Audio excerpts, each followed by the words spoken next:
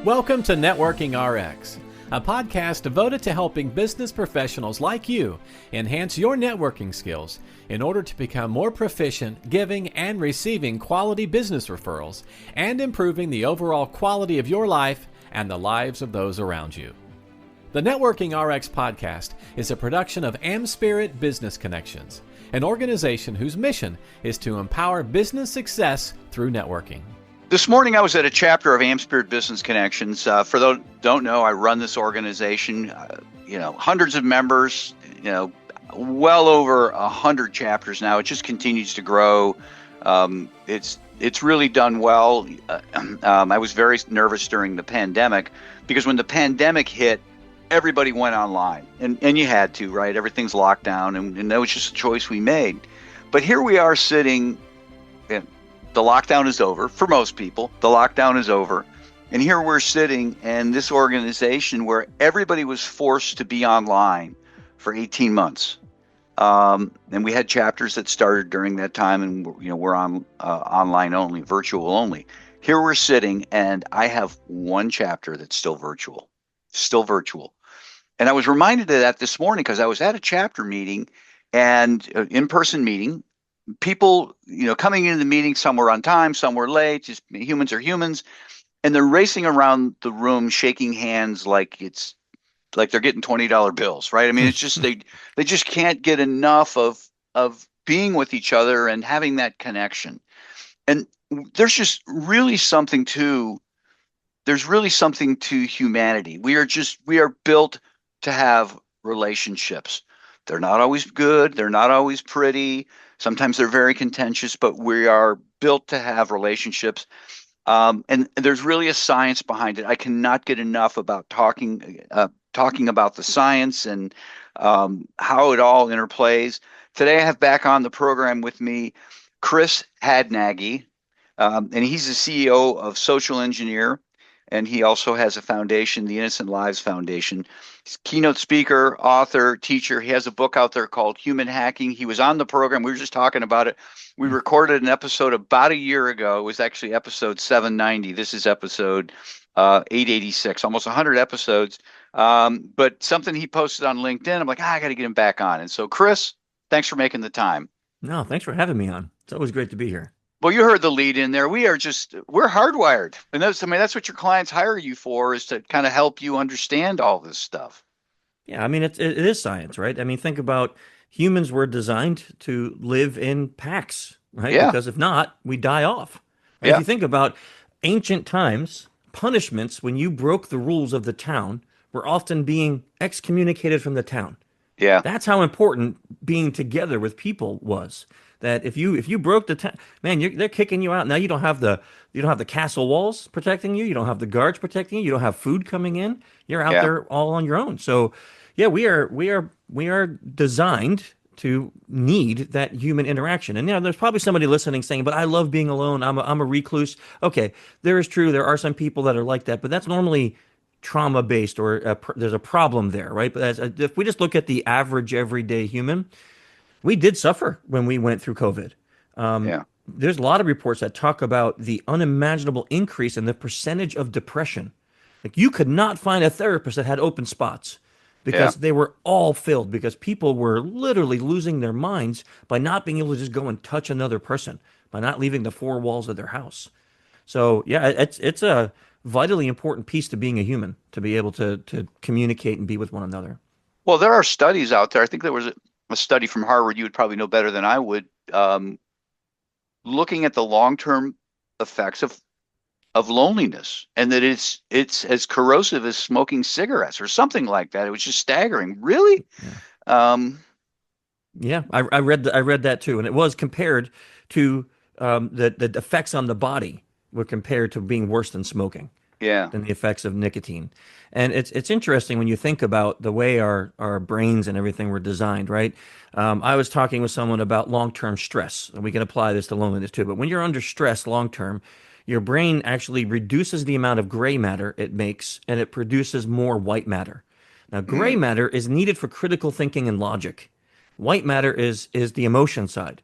So when you're stressed, long-term stressed, instead of having the critical mass that you need to think critically, you're just covered in emotion, which is why oftentimes stress, loneliness, anger, it creates really bad decisions because we aren't we aren't designed to make good decisions. And then that's why, like in my job, we tell people of what happens then when you feel this. Slow down. Slow down is the best thing you can do because you're making decisions in the worst time of your potential life to make these decisions. Yeah. I mean, we keep talking about the pandemic, but the pandemic, the lockdown from the pandemic, not so much the COVID virus, anymore. It's just an excuse to get out of a party. I've got COVID, right? It's today's equivalent of my grandma died, right? Grandma could only die once. Now you can use COVID over and over and over again. Over and over, yeah. I'm feeling like I can't taste anything right now, Yeah, you don't want me around. But I remember and the reason I think it's useful, the COVID lockdown is because it's a great control, if you will, for looking at how the importance of interacting with people. And I've told this story before, and maybe people haven't heard it, but I remember the first time we could actually go to a restaurant. It was just an outdoor restaurant. We're there. Yeah. There was a woman that my wife and I know, and she came up and she gave me a hug. Right. And it was like, oh my God, that felt good. I don't mean in a sexual way or anything like that. No, I know what you're saying. Yeah. It's just like, oh my God, and I've hugged during the pandemic, hugging my wife, my kids, and people that I knew. But that was the first time that somebody outside of my normal bubble, and just to realize, oh my gosh, I missed that. But when it's happening all the time and you're having handshakes and hugs all the time, you kind of take it for granted. And it's so important. It's an that's an interesting point because it's not that we don't love our families, but when you're with your family 24/7 for years at a time, that having that connection with another person, it does feel different, right? And it's not about not loving your family. I mean, I remember during COVID, we did something with some of our friends where we sat outside, they brought chairs, and we just sat 20 feet away just so we could have a conversation that wasn't over a box like this. Right? Just so we can actually see each other and have a conversation. Everyone brought food, brought a sandwich. We sat around and we just talked so we can actually have human interaction that wasn't involving a computer. Yeah. Well, you see it with elderly couples, right? You have an elderly couple and, they're probably at each other's throat because they've been married for 60 years and, oh my gosh, can you go to work? Can you go for a walk? But when the second one of those partners dies, it impacts the other, and it's not like they were just super lovey-dovey till the end. It's just like, oh, now I don't have this pain in the ass in my life all of a sudden. And I needed that's a serious thing. Yeah. And it just, again, it gets back to, what you get into and how people, how we interact, and just it's hardwired. Yeah. And I think it's also a good point that, and I know we keep bringing it up, but it is important because we do need to discuss it. During the pandemic, I think as a whole, when I say we, just people, we kind of lost some of our good communication capabilities.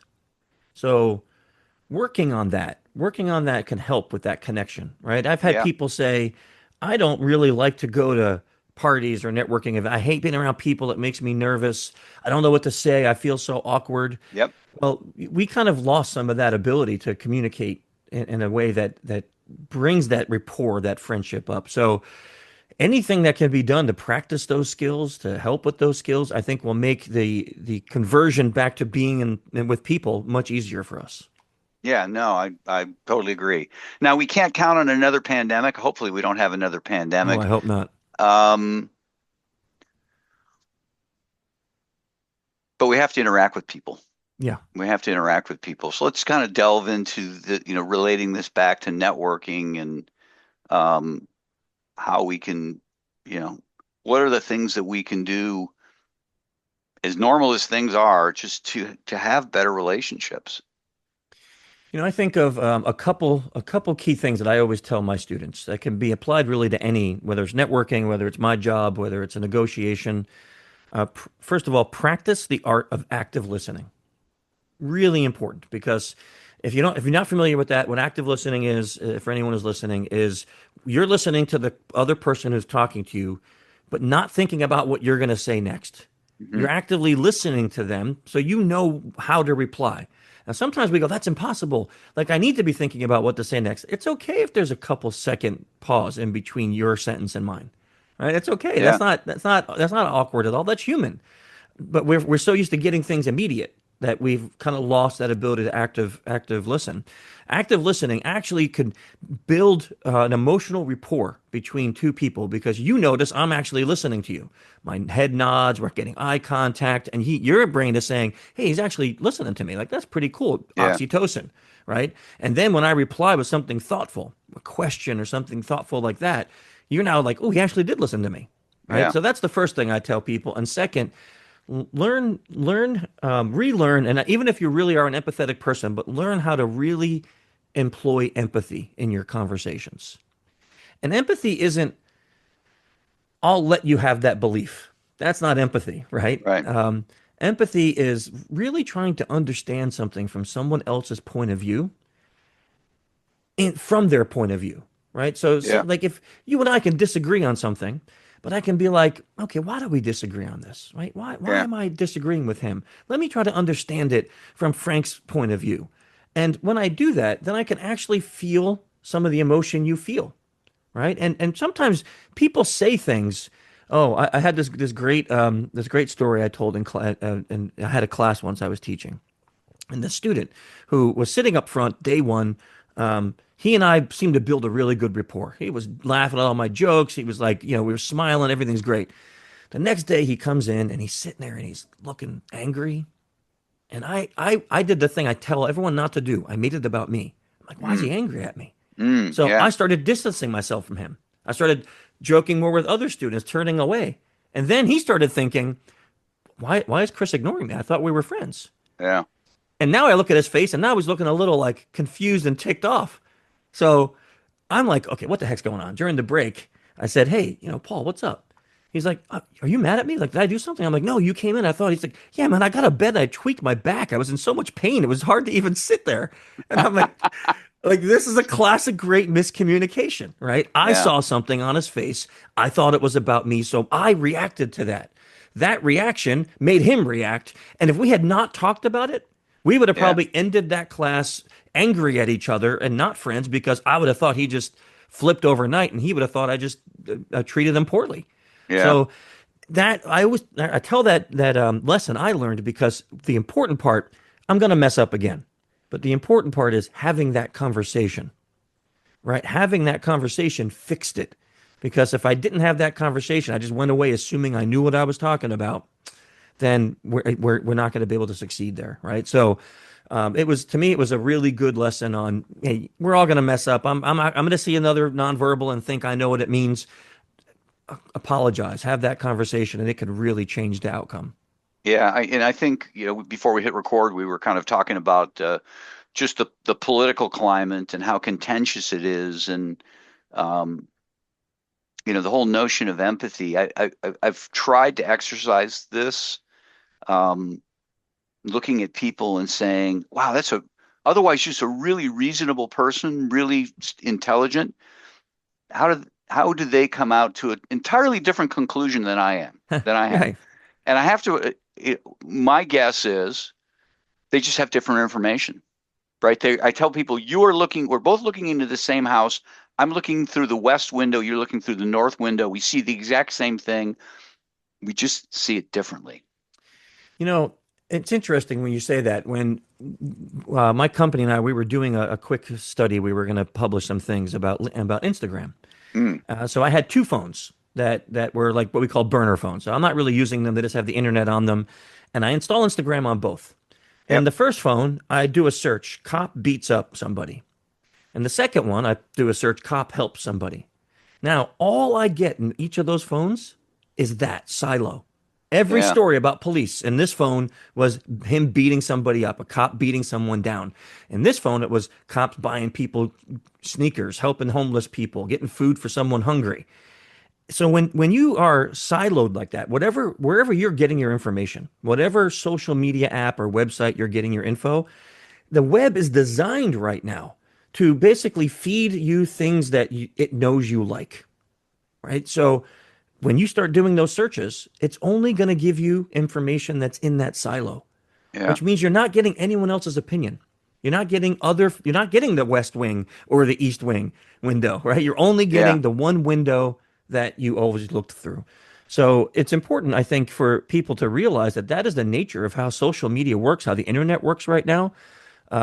Even browsers, you open up Chrome, you start searching for things, and what happens? The ads become personalized to Yeah. what you were searching for, right? Yeah. If you have Facebook installed on your phone, Meta on your phone, this happens all the time. Hey, what do you think about going to Fiji? Next thing I know is I'm getting cheap flight tickets to Fiji on my phone Yeah. apps, right?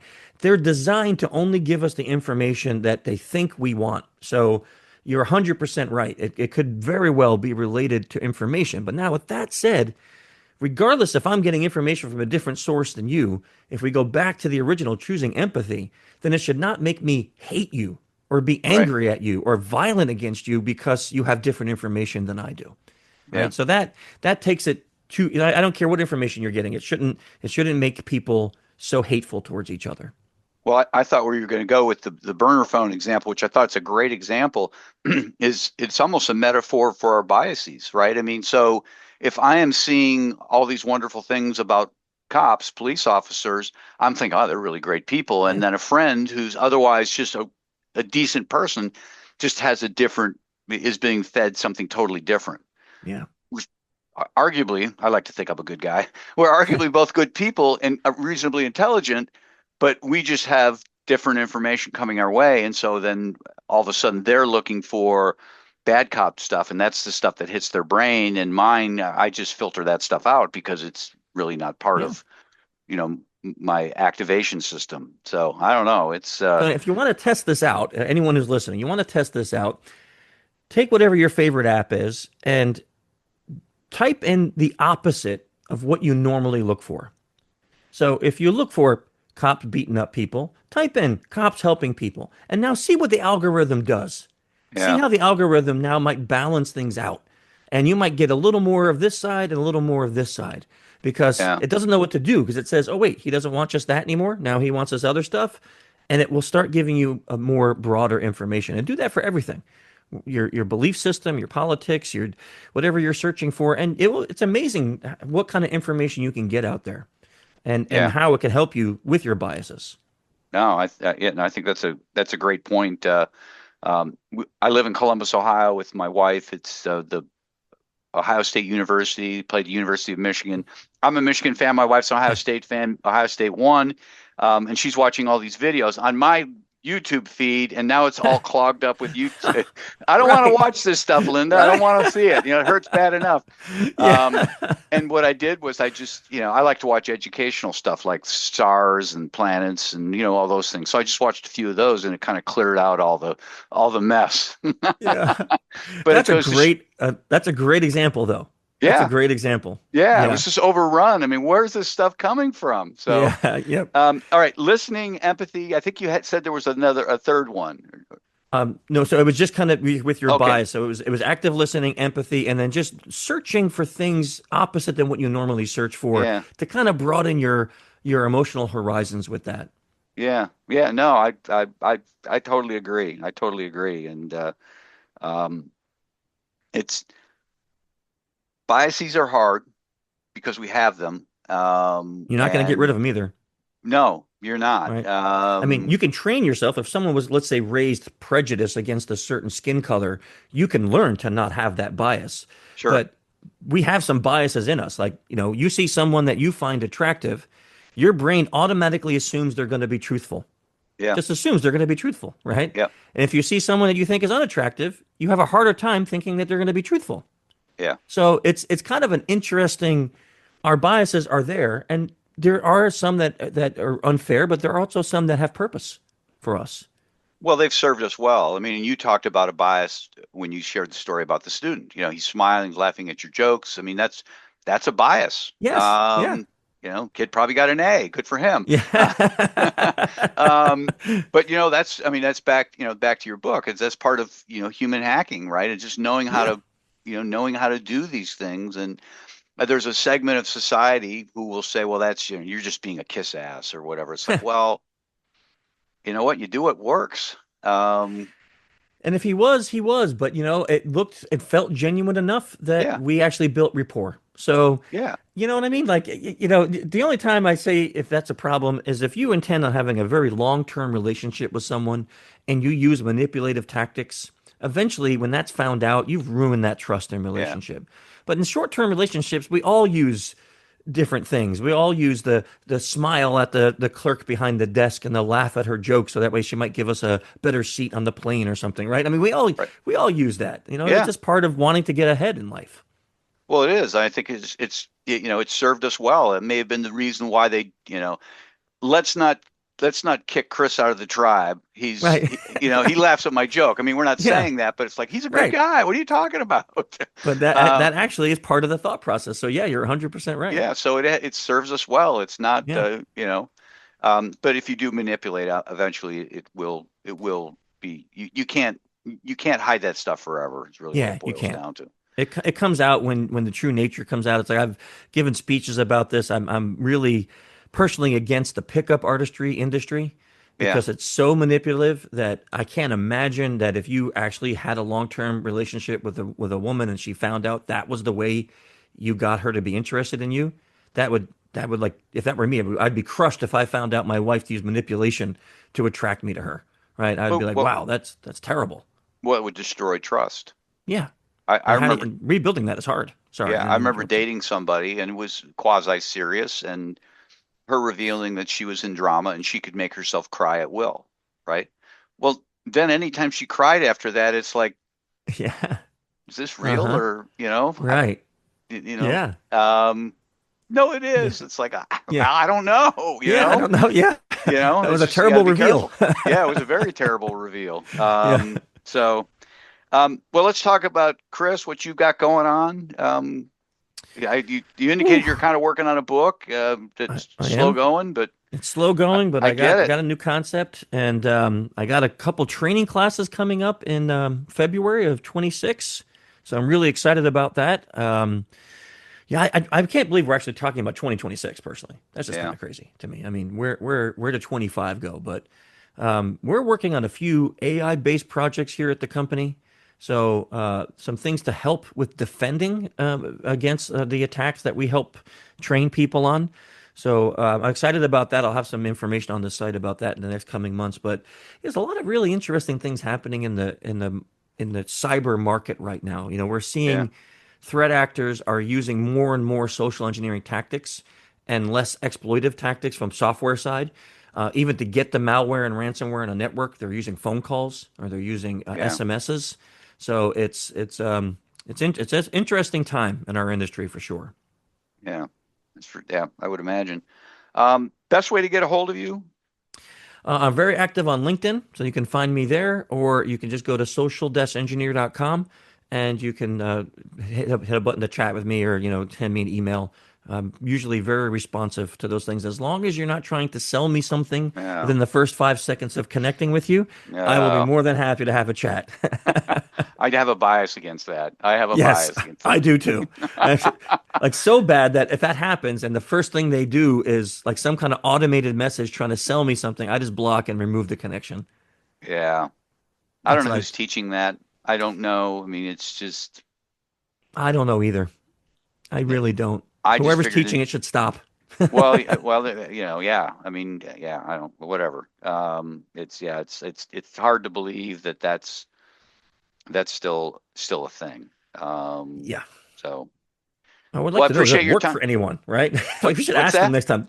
We should ask them next time. Does this ever work for you? Yeah. Like, have you ever sold something doing this? Well, I've had that conversation with people, Oh, right? I have mean, you? yeah, I have. I want to help people. I want to help people get networked. And what you're doing doesn't work. Hmm. And there are people who they're offended by that.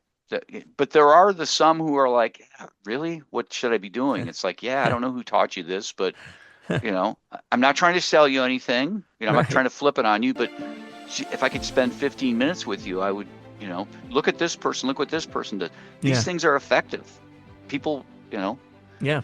and really the simple thing to do, Chris, is I always ask people is, do you buy when people do Mm. this to you? And most people are like, no, I hate it. It's like, well, there you go. There's your Then sample why you size of doing it? one. Yeah. Right. What makes you think you're special and it's going to work for you? Right. You know? Yeah. So anyhow, well, I That's a appreciate your great one. time. Yeah, I we'll have to appreciate do it being back again on. here in another year. So Yeah. keep me posted. Yeah. I'll see you next year. Thanks for joining us on the Networking RX podcast. Please put what you've learned into action today and let us know if you have questions, comments, or ideas for future topics.